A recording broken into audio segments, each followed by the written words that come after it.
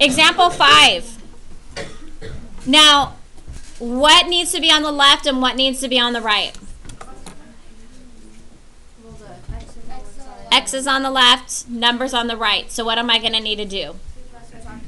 Very good. Subtract 50. So when I write this out now, I'm going to write it as x squared minus 12x plus blank, because we're going to make our c value, equals negative 50 plus blank. Because again, whatever I do to one side, I have to do the other. So by writing those blank, it's reminding me to add it to both sides. How do I complete the square? How do I find that c value? Good.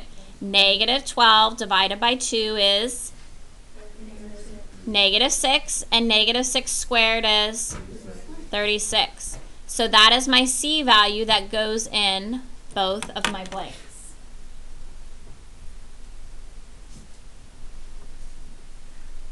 How do I write this one as a square now?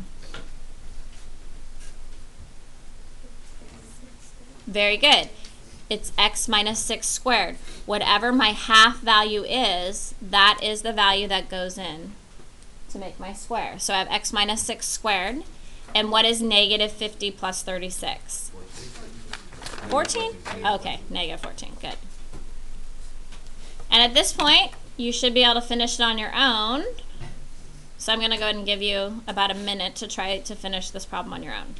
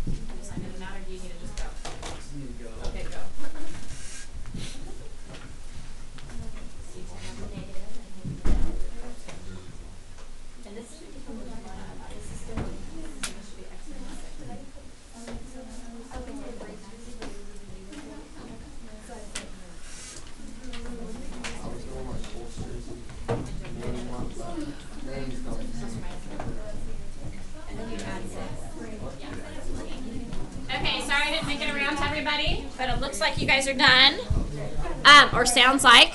So, at this point, let's see here. Who wants me to call on them? Connor. At this point, what do I do? Thank you. I square root both sides. Okay. My next question is, anytime I take this square root, what happens? Plus or minus is correct. So I have x minus 6 equals plus or minus root negative 14. My question is, what do you do anytime you have a negative under a root? Good. So I have x minus 6 equals plus or minus I root 14. Can I break down root 14 any further? No. So do you think I need to write two equations on this one? No, because I'm not going to be able to combine 6 with an I and a root. So lastly, all you do is add 6 to both sides. And remember that your real part always goes first. So the answer will be x equals 6 plus or minus I root 14. Questions? Okay.